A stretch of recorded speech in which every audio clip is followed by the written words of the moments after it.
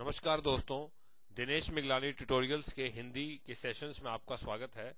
इस सेशन के अंदर हम लोग profit and loss practice session 1 में नंबर ऑफ क्वेश्चंस को सॉल्व करेंगे।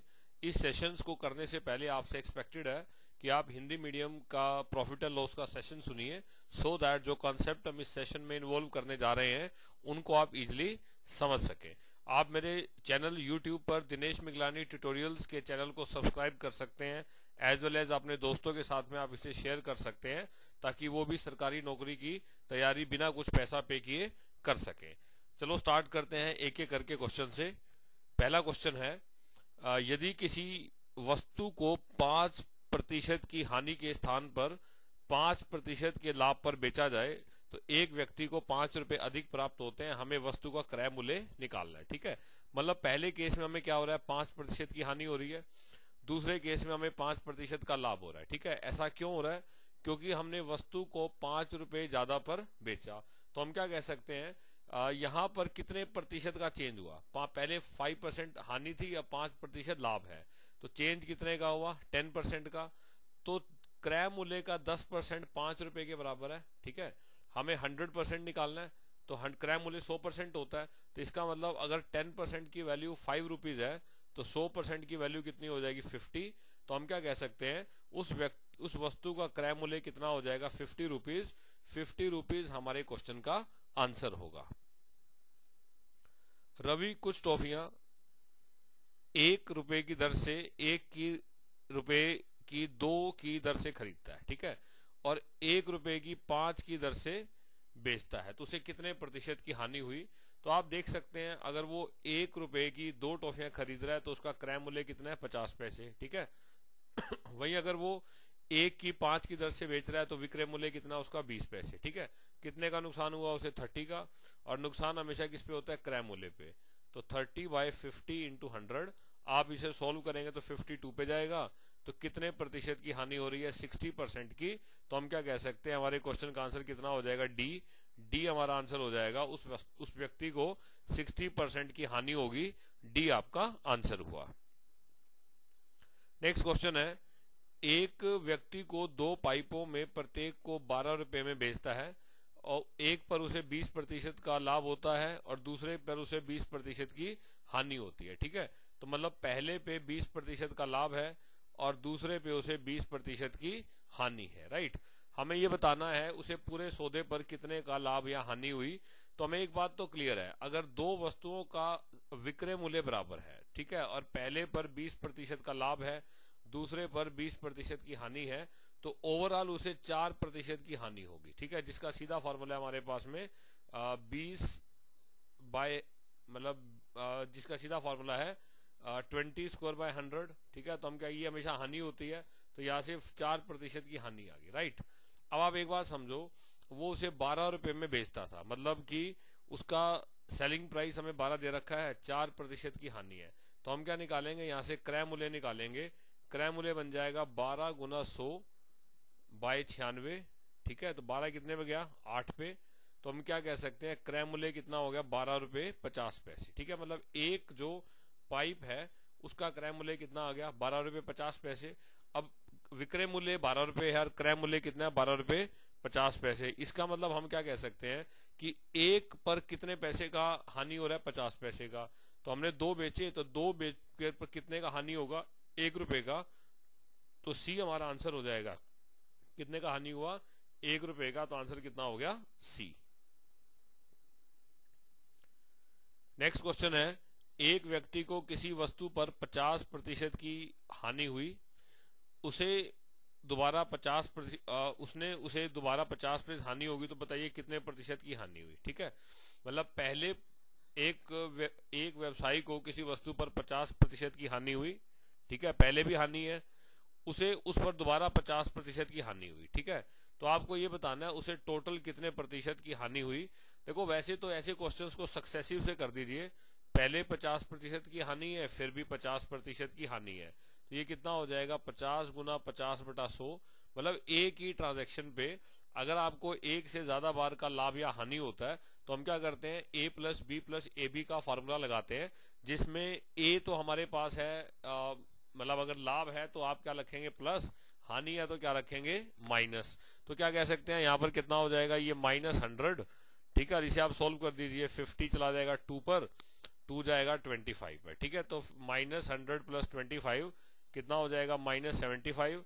तो हम क्या कह सकते हैं, उसे 75% की हानि होगी। तो आंसर हमारे क्वेश्चन का क्या हो जाएगा, डी, उस व्यक्ति को 75% की हानि होगी। किसी वस्तु को 60% हानि पर बेचा जाए तो उसे वस्तु का क्रय मूल्य उसके विक्रय मूल्य का कितने गुना है, ठीक है। तो देखो, अगर 60% हानि पर बेचते हैं तो मान लीजिए उस वस्तु का क्रय मूल्य 100 है, ठीक है। तो 60%, 60 रुपए की हानि होगी, तो विक्रय मूल्य कितना का हो गया, 40 रुपए का, ठीक है। तो ये वस्तु का क्या है, क्रय मूल्य है, और ये वस्तु का क्या है, विक्रय मूल्य है। अब क्वेश्चन आपसे ये पूछा है कि वस्तु का विक्रय मूल्य क्रय मूल्य, उस वस्तु का क्रय मूल्य विक्रय मूल्य का कितने गुना है। तो क्रय मूल्य विक्रय मूल्य का कितने गुना है, तो हम क्या कह सकते हैं, 100/40, ठीक है। तो यहां से कितना हो जाएगा, यहां से हम कह सकते हैं तो उस वस्तु का क्रय मूल्य उसके विक्रय मूल्य का कितने गुना होगा। तो ये उसका क्रय मूल्य जो है वो 5/2 गुना हो जाएगा, ठीक है। तो अगर ये पूछा जाए विक्रय मूल्य क्रय मूल्य का कितने गुना होगा, तो आंसर कितना होगा, 2/5। तो यहाँ पर क्वेश्चन थोड़ा सा गलत दिया हुआ है, उसे ये पूछा है उस वस्तु का क्रय मूल्य उसके विक्रय मूल्य का कितना गुना होगा। तो आंसर कितना हो जाएगा, 5/2। ये हमारे क्वेश्चन का आंसर होगा। 44 संतरे बेचने से किसी दुकानदार को 11 संतरे के विक्रय मूल्य का बराबर का लाभ होता है, ठीक है। तो मान लीजिए एक संतरे का विक्रय मूल्य कितना है, 1 रुपया। तो 11 संतरों का विक्रय मूल्य कितना हो गया, 11 रुपया। तो लाभ कितना हुआ हमें, 11 रुपए का, ठीक है। अब अगर 44 संतरे बेचे तो 44 संतरों का विक्रय मूल्य कितना हो गया, 44 रुपए का। ये हमारा क्या होगा, विक्रय मूल्य, और लाभ हमारा 11 रुपए का। इसका मतलब क्रय मूल्य कितना है, तो क्रय मूल्य कितना हुआ, 33 रुपया, ठीक है। तो अब क्वेश्चन सिंपल सा है भी, अगर लाभ हमारा 11 रुपया है और क्रय मूल्य हमारे पास में 33 रुपया है, तो हमें कितने प्रतिशत का लाभ हुआ। तो हम क्या लिख सकते हैं, 11/33 × 100, राइट। तो आप इसे सोल्व कर दीजिए, 11 3 पे जाएगा, तो क्या आंसर हो जाएगा, 33.33%। ये हमारे क्वेश्चन का आंसर होगा। तो यहां पर हम समझे तो आंसर क्या हो गया, बी, 33.33%। एक आदमी 33 केले बेचकर 11 केलों के विक्रय मूल्य के बराबर लाभ कमाता है। तो यहां भी ऐसे ही है, मान लीजिए 11 केले हैं, विक्रय मूल्य का लाभ कमा रहा है। तो मान लीजिए एक का विक्रय मूल्य कितना है, केले का 1 रुपया, ठीक है। तो 11 का कितना हो गया, 11 रुपया। तो उसका लाभ तो कितना हो गया, 11 रुपये। उसने कितने बेचे, 33 केले। तो 33 किलो का विक्रय मूल्य कितना हो जाएगा, 33 रुपया, ठीक है। इसका मतलब अब आप क्या कह सकते हैं कि विक्रय मूल्य तो हमारा 33 रुपया है और लाभ कितना है, 11 रुपया। तो हम क्रय मूल्य निकालें तो क्रय मूल्य कितना हो जाएगा, 22 रुपया, राइट। तो अब लाभ 11 रुपये है और क्रय मूल्य कितना है, 22 रुपये। तो कितने प्रतिशत का लाभ होगा, 11/20 × 100। तो इसे आप 11/22 × 100, तो इसे आप सोल्व कर दीजिए, उसे टोटल में 50% का लाभ होगा, ठीक है। तो आंसर क्या हो जाएगा, इस क्वेश्चन का आंसर हो जाएगा सी, उस व्यक्ति को 50% का लाभ होगा।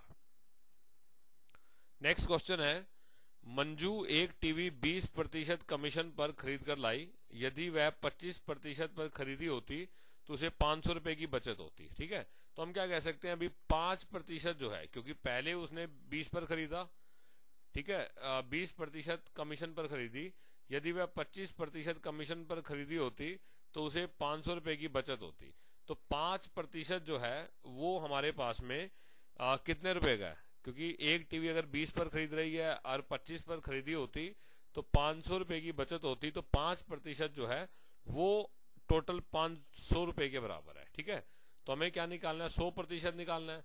तो अगर हम 100% निकालेंगे तो 5% 500 है, तो 100% कितना हो गया, 10,000, ठीक है। तो हम क्या कह सकते हैं, जो टीवी है, टीवी का लागत मूल्य कितना हो जाएगा, 10,000 रुपया, राइट। तो यहां पर अगर हम आंसर की बात करें तो हमारा आंसर कितना हो जाएगा, 4th। इनमें से कोई भी नहीं है, ये हमारा आंसर होगा। नेक्स्ट क्वेश्चन है, एक दुकानदार अपनी वस्तुओं पर क्रय मूल्य से 20% अधिक का मूल्य अंकित करता है, ठीक है। तो इसका मार्कअप परसेंटेज हो गया ये। उन वस्तुओं के 3/4 भाग वह अंकित मूल्य पर बेचता है, ठीक है, और शेष वस्तुओं को अंकित मूल्य के 50% पर बेचता है, ठीक है। तो देखो हम कैसे भी कर लीजिए, मान लीजिए हमारे पास में 4 वस्तुएं हैं, ठीक है, 4 में से 3/4 और 1। अब हम ये मान ले भी इनका क्रय मूल्य 1 रुपया था, तो 4 वस्तुओं का क्रय मूल्य कितना था, 4 रुपया। वह 20% अधिक अंकित मूल्य पर बेचता है, इसका मतलब उसने उनका अंकित मूल्य कितना कर रखा है, 1.2। तो 3 वस्तुओं को बेचेगा वो 3 गुना 1.2 मतलब 3.6 के अंदर बेच देगा। अब जो बाकी एक वस्तु बची उसको वो हाफ पर बेचता है, तो मतलब कितने में बेचेगा, 1/2 में। तो 1/2 का क्या मतलब हो गया, 0.5 हो गया। तो यहां से हम क्या कह सकते हैं, जो उस व्यक्ति को टोटल विक्रय मूल्य मिलेगा वो कितना मिलेगा, 4.1, राइट। और उसका क्रय मूल्य कितना है, 4। क्रय मूल्य 4 है और विक्रय मूल्य कितना है, 4.1। तो कितने का लाभ हो रहा है, 0.1/4 इंटू 100, ठीक है जी। आप इसे सोल्व कर दीजिए, 4 कितने पे जाएगा, 25 पे, 25 इंटू 0.1 कितना हो गया, 2.5%। तो हम ये कह सकते हैं उस व्यक्ति को 2.5% का लाभ होगा। तो ये हमारे क्वेश्चन का आंसर हो जाएगा। तो ऐसे क्वेश्चन को करने के लिए सबसे आसान तरीका यही है कि आप ये मान लो, जैसे यहां उसने 3/4 का, तो जैसे ही उसने 3/4 का, तो हमारे लिए इंपॉर्टेंट यही है कि वस्तुएं इस तरह से मानी जाए कि उसका 3/4 निकालना हमारे लिए काफी आसान हो। एक पेन का अंकित मूल्य 12 रुपए है, ठीक है, इस पर 15% का बट्टा दिया जाता है। बट्टा मतलब क्या होता है, डिस्काउंट। कहता है एक दूसरा बट्टा भी दिया जाता है जिससे पेन का विक्रय मूल्य 8 रुपए 16 हो जाता है। तो बताइए दूसरे बट्टे की दर क्या है, राइट। तो आप कैसे ही कर लो, मान लीजिए उसका अंकित मूल्य कितना है, 12। आपने 15% का बट्टा दिया, तो 12 का 15% होता है 1.8, ठीक है। इसका मतलब वो कितने का हो गया था, 10.8 का। अब क्वेश्चन ये है उसने फाइनली कितने में बेचा उसे, 8 रुपए 16 पैसे में। 10 रुपए 80 पैसे का था, उसने 8 रुपए 16 में बेचा। इसका मतलब हम यहाँ ये कह सकते हैं उसने कितने कितने रुपए का बट्टा दिया, 2 रुपए 64 पैसे का। मतलब कितने का डिस्काउंट दिया, 2 रुपए 64 पैसे का।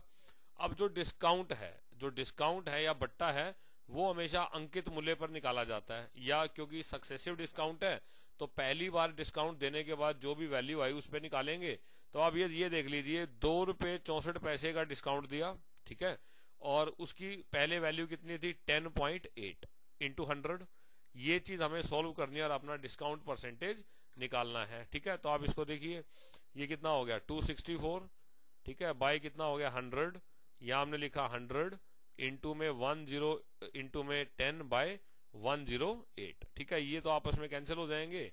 अब देखिए 108 और 264, 4 पे चलाइए, 4 दूनी 8 और 27, 4 चला जाएगा यहाँ, 4 6 24, ठीक है, और फिर 24 4 चला जाएगा 6, 3 पे जाएगा, 3 कितना गया 22 पे, और 3 कितना जाएगा 9 पे, ठीक है। तो 22/9 कर दें तो 9 दूनी 18, ठीक है, 9 दूनी 18 40, और 9 4 36। तो अप्रोक्सीमेट जो है वो कितने प्रतिशत का डिस्काउंट हो जाएगा, दूसरे बट्टे की दर कितनी होगी, 25% की। ये हमारे क्वेश्चन का आंसर हुआ। फिर देखिए हमने क्या किया, अंकित मूल्य 12 रुपए है, 12 रखा, 15% का आपने बट्टा दिया, तो 12 का 15% होता है 1.8, ठीक है। गलत करके ना, देखो 1.8 माइनस किया तो 10.2 है, ठीक है।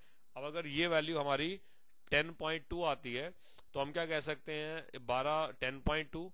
अब 10.2 पे फिर डिस्काउंट दे रहा है, वो कितने का, 8.16 में बेचा है, तो ये वैल्यू हमारी कितनी हो जाएगी, 10.2 से माइनस करेंगे 2.04, राइट। अब 2.04 को हम अगर 10.2 से निकाले तो ये 5 पे चला जाएगा, तो 20% का बट्टा हो जाएगा दर। ये हमारे क्वेश्चन का आंसर होगा। तो कई बार एक आधी जगह कैलकुलेशन मिस्टेक हो जाती है जिसे आपको ओवरलुक करना पड़ता है, ठीक है। नेक्स्ट क्वेश्चन है, एक पुस्तक विक्रेता एक पुस्तक को 10% के लाभ पर बेचता है। यदि इसे 4% कम पर खरीदा होता और 6 रुपए अधिक पर बेचा होता तो उसे 18 3/4% का लाभ होता, ठीक है। तो अगर हम ये मान लें कि जो पुस्तक है वो कितने की है, x रुपए की थी, पुस्तक कितने की थी, x रुपए की, वो उसे 10% लाभ पर बेचता है, तो कितने में बेचता है, 1.1x में। ये तो हम कह सकते हैं। कहता है अगर 4% कम पर खरीदा होता तो कितने में खरीदता वो, 0.96x में, ठीक है, और 6 रुपए ज्यादा पे बेचता तो 1.1x + 6, राइट। तो ये तो हो गया उसका क्रय मूल्य और ये हो गया विक्रय मूल्य। अब उसे कितने प्रतिशत का लाभ होता है? 18 3/4% का, जिसको हम सोल्व कर लें तो ये 75/4% आएगा। ठीक है, तो ये क्रय मूल्य है। क्रय मूल्य में अगर हम क्या करें, 100 प्लस 75/4 डिवाइड बाय 100, ठीक है, तो ये इसके इक्वल हो जाएगा, राइट। तो देखो ये नया विक्रय मूल्य है सारा का सारा, और ये हमारा नया विक्रय मूल्य है। दोनों को बराबर करके हम अपना एक्स का वैल्यू निकाल सकते हैं भाई, यही हमारा क्वेश्चन है। ठीक है, तो अगर हम इसको सोल्व करके देखें तो ये 475 हो जाएगा बेटा 400। ठीक है, तो हम क्या लिख सकते हैं, यहां पर लिख दीजिए 475 बाय 400, ठीक है, इंटू में 96/100, ये एक्स हो गया हमारा, और इधर कितना चल रहा है 1.1 x प्लस 6। ठीक है, तो हमने इस चीज को यहाँ पे यूज किया, और अब इसके बाद आप सोल्व करके एक्स की वैल्यू इजीली निकाल सकते हैं बिना किसी प्रॉब्लम के, और यहां से हम अपने क्वेश्चन का आंसर सोल्व कर देंगे। कैलकुलेटिव हो सकता है, एक आधा क्वेश्चन कैलकुलेटिव हो जाता है, बट किया जा सकता है। नेक्स्ट क्वेश्चन है, कृष्णन ने एक कैमरा को आरंभिक मूल्य से 20% कम पर खरीदा और जितने पर खरीदा उसके 40% लाभ पर उसे बेच दिया। कृष्णन को कैमरे के आरंभिक मूल्य पर जो लाभ प्रतिशत प्राप्त हुआ वह बताइए। ठीक है, तो मान लीजिए आरंभिक मूल्य कितना था 100, उसने 20% कम पर खरीदा, तो 80 रुपए में खरीद लिया। अब कहता है जितने पर खरीदा उसके 40% लाभ पर बेच दिया। तो 80 पर खरीदा, 40% कितना हुआ 32, तो 112 रुपए में उसने उसे बेच दिया। अब 100 रुपए का कैमरा अगर आप 112 में बेचोगे तो आपको कितने प्रतिशत का लाभ होगा, 12% का।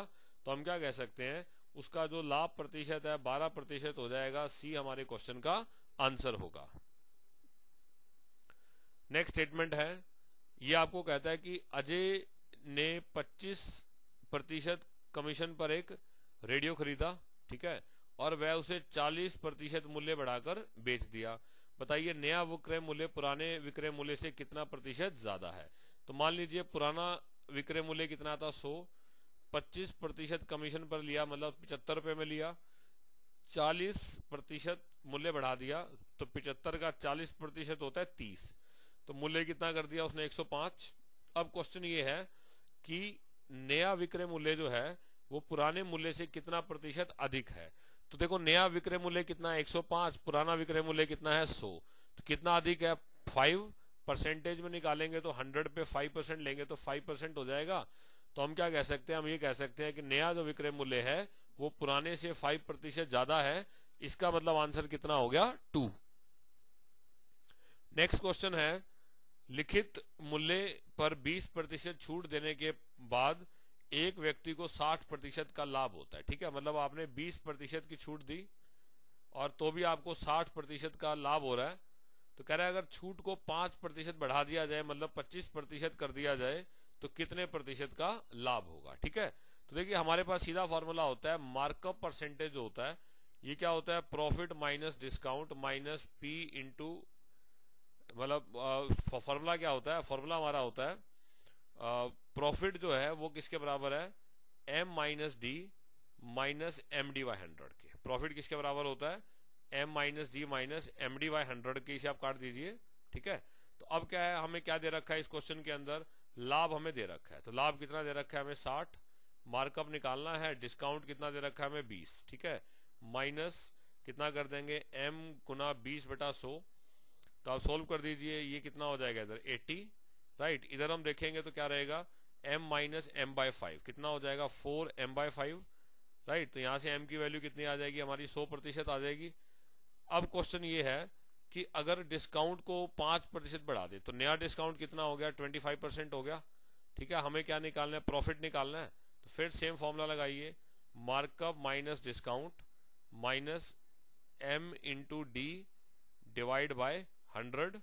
ठीक है, तो ये कितना बना हमारे पास में 75 माइनस 25, तो यहां से हम सोल्व कर देंगे, कितना आंसर हो गया 50।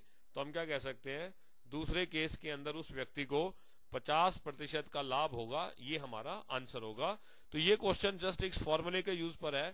पहले इस फॉर्मूले को यूज करके हम क्या निकालेंगे, मार्कअप परसेंटेज निकाल देंगे, और एक बार मार्कअप परसेंटेज निकालने के बाद में फिर हमें छूट बता रखी है तो हम लाभ प्रतिशत को इजिली निकाल सकते हैं।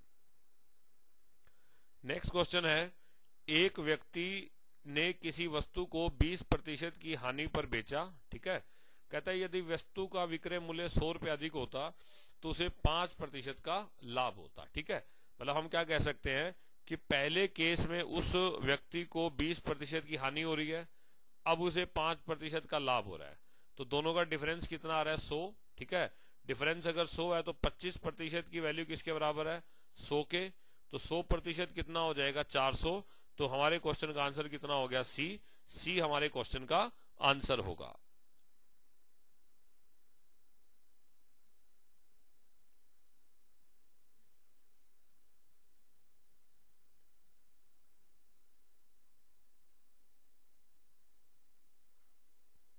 अगला जो क्वेश्चन है, इस क्वेश्चन में क्या गिवन है देखिए, हमें ये गिवन है रुपए 1100 अंकित मूल्य वाली एक साइकिल को 10% बट्टा देने के बाद दुकानदार को 10% का लाभ होता है। तो हमें क्या बताना है, हमें ये बताना है कि साइकिल का क्रय मूल्य कितना है। ठीक है, मतलब 1100 रुपये जो है ये साइकिल का अंकित मूल्य है। ठीक है, उस पर हमने 10% बट्टा दिया। अब आप 10% बट्टा दे दोगे तो 110 रुपए का आपने बट्टा दे दिया, तो इसका मतलब 990 रुपये उसका क्या बना, विक्रय मूल्य बना। ठीक है, अब आपको ये कहता है कि 10% का लाभ हुआ। भाई 990 रुपये विक्रय मूल्य है, 10% का लाभ है, तो हमें क्रय मूल्य निकालना है। तो 990 गुना 100 डिवाइड बाई कितना हो गया 110। तो इसे आप सोल्व कर दीजिए 900 रुपीज। तो हम क्या कह सकते हैं, वस्तु का जो क्रय मूल्य है कितना हो जाएगा, 900 रुपये हो जाएगा, ये वस्तु का क्रय मूल्य होगा। एक दुकानदार रुपए 12 प्रति किलोग्राम की दर से चाय बेचकर 20% लाभ कमाता है। ठीक है, मतलब 12 रुपए अगर उसका विक्रय मूल्य है तो कितने प्रतिशत का लाभ हो रहा है 20% का। ठीक है, तो बताइए उसे विक्रय मूल्य को कितने प्रतिशत बढ़ाना चाहिए कि उसे 30% का लाभ हो। तो हम पहले क्रय मूल्य निकाल लेंगे। क्रय मूल्य कितना आ गया 10 रुपया। अब अगर 30% का लाभ चाहिए तो उसे 13 रुपए के हिसाब से बेचना है।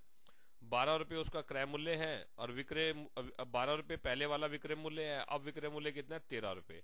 तो आपको ये बताना है कितना प्रतिशत बढ़ाया जाए, कितना बढ़ाया जाए 1।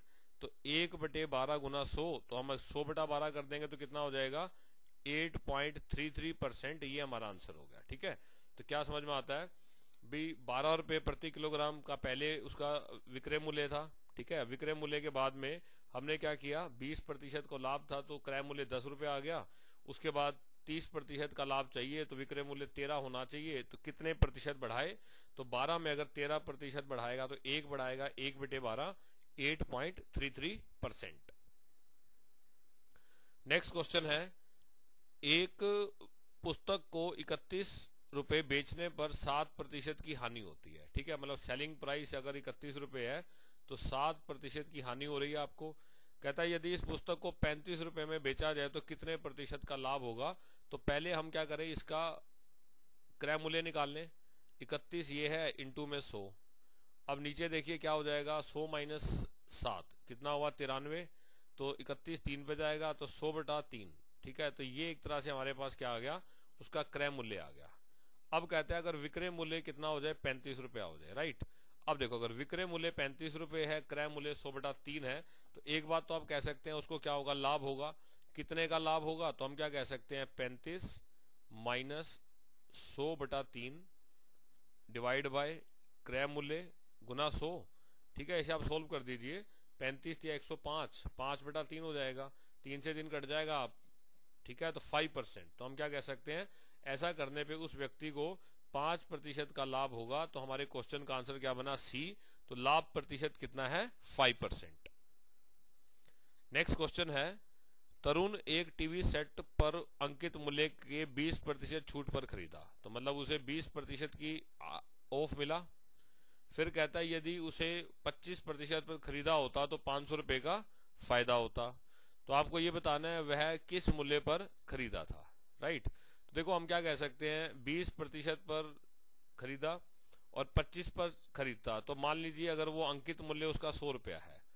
ठीक है, तो अगर वो 80 पर खरीदता और 75 पर खरीदता, तो अगर 5 रुपए का फायदा हो रहा है तो अंकित मूल्य कितना है 100 रुपया। ठीक है, तो यहाँ अगर 500 रुपए का फायदा है तो अंकित मूल्य कितना है हमारे पास में 10,000 रुपए, ये तो आप कह ही सकते हैं। अब क्वेश्चन ये है, उसने 20% छूट पर खरीदा।